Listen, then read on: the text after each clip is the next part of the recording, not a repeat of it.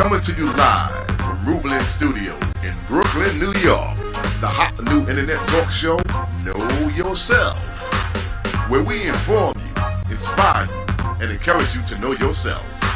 And here to help you do just that, your host, Mr. Brian McCoy.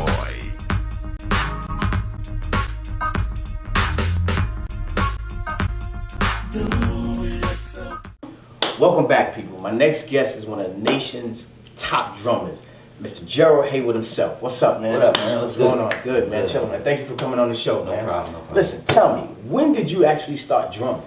Well, I'm what you call a late bloomer. I started when I was like about 9 to 10. I used to play the percussion first, and the drummer stopped coming to church. And when he stopped coming to church, I just got on the drums. And then everybody's like, man, you sound so good on the drums. And I kept playing the drums. And that's basically it. Like, I just started, and I just kept going from then on, just been playing. So you kind of got thrust into this thing. Yeah. Well, it's kind of funny because even when he did come to church, and he would stand outside, and I'd be in church, and church be going on, I would get on drums and play, and then he would come inside and tell me to get off. Really? And then he would go back outside. So I'd be sitting there like, but you know, these are things you go through. It makes you a better person, a better musician. It makes you strive to be better than the person that's before you. Right. You know, well, it's cool. So how did knowing yourself cause you to know that this is what you really wanted to do on a regular basis, not just on a Sunday? Well, this is the thing. I used to, being a church drummer, I never kind of studied a lot of church drummers.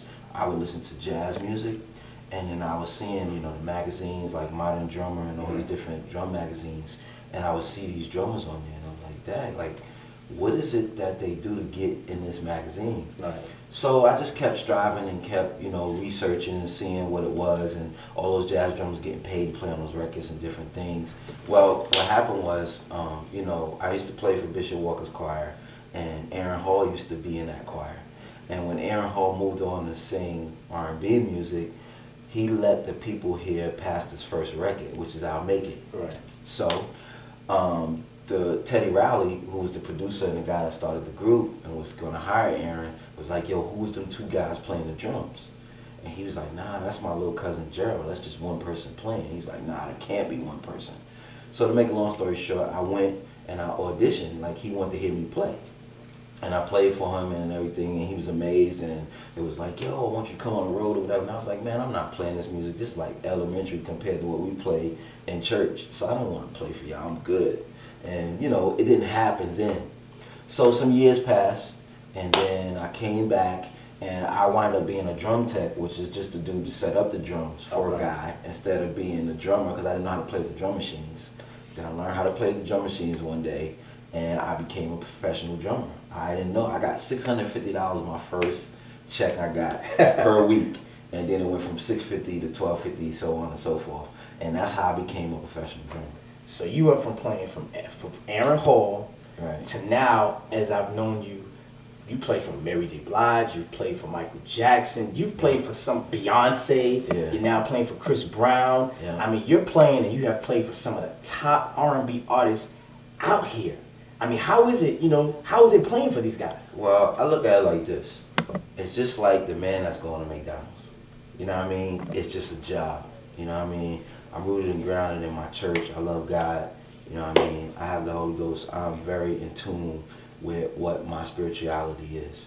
And all of that is just a job. It's like going to McDonald's, flipping burgers, and that's it. You know what I mean? When I work for Beyonce, Mary, all of them, it's all the same thing. I'm there to do a job. I do the job. I'm not caught up in the hype. It don't matter. They still just regular people to me. Right. You know what I mean? And if anybody asks me about my spirituality or anything, I got a mouthful to say. But other than that, I'm just a cool dude. I just do what I'm paid to do, and that's it. You know. Now, being on the road with these guys, I'm sure you see a whole lot. Mhm. But your lifestyle, how does that affect them and cause them to then sit down and have conversation with you, Right. knowing who you are, know your background and your spirituality and your Right. foundation? Well, this is the thing, and it's kind of weird, and I told myself I was going to stop saying this in interviews, but the church prepared me for what was in the world. And it's funny that most of the things that I've learned by being a church boy than by being the street guy or in the world or working for the world. And the reason why I say that is because all the things that I went through in church, when I got in the world, I was looking at it like, oh, this is whack. Like, I was doing that when I was 14. You know what I mean? Yeah. So it didn't intrigue me like that. And then, you know, you just got to hold up a standard. Whatever you don't do at home, you shouldn't do on the road. Right. Like, when I'm at home, I don't go tell my wife, get dressed, let's go to the club. I don't do that. So why when I go on the road, I'm going to be like, yo, I'm going to the club with y'all. I don't do that, man. So I keep myself very, how can I say it? I don't know if the word is like secluded, but they know what I'm into. Like Beyonce automatically know, where's Gerald? Oh, Gerald's out buying sneakers. Like, that's my thing. Right. You know what I mean? Mary the same way. Me and Mary have shopped together. So that's my thing. Like, I shop. Chris Brown, the same thing. I go find a store, I come back, yo man, I found the store, let's go. Come back and get him. So that's my thing. And they know that's what I'm gonna do. So that keeps me focused. That keeps me out of trouble. I'm never where I'm not supposed to be. Because I'm always doing what I normally do. Who was your mentor? Like, did you have any mentors that you looked up to, and did you pattern your drumming skills after? Well, Jeff Davis was a big influence, and it wasn't the fact that he sat down and showed me anything, just his speech, like him talking to me, like different things. I always tell this story how he may say to me one day, oh, you're playing too much in the verse. And I'd be somewhere playing, I could be in Brazil playing, and I'd be playing and the verse come up, and I could hear him saying, you're playing too much in the verse. So I make adjustments, you know what I mean? He was one of the big influences. My godbrother Eddie White, he don't live in New York no more. He used to play bass for Bishop's Choir. He would bring all these jazz records home every day. Like, he would always, you know, him and Carly, like, we would always sit around and listen to these jazz records. And that was my influence when I played the drums, because that's what I was eating. So when I went to sit down in church and play, that stuff would come out. All the stuff that I was stealing or learning from those records. But that was just it, man. And then the rest is like, you know, God gave me the ability, man. I mean, most people, when you play percussion, you don't have coordination with your feet. Right. And it's funny because I had the feet and the hand coordination. So that's what made me a good drummer. That's what separated you from the rest of the bunch. Exactly. What are you doing nowadays? Nowadays, you know, I do the musical director thing too, so I put bands together. Even for Chris Brown, I'm the musical director. Just put a band together for T-Pain. And T-Pain has 2 girl drummers and 3 girl DJs. I mean, 2 girl DJs and a male DJ, which is fire.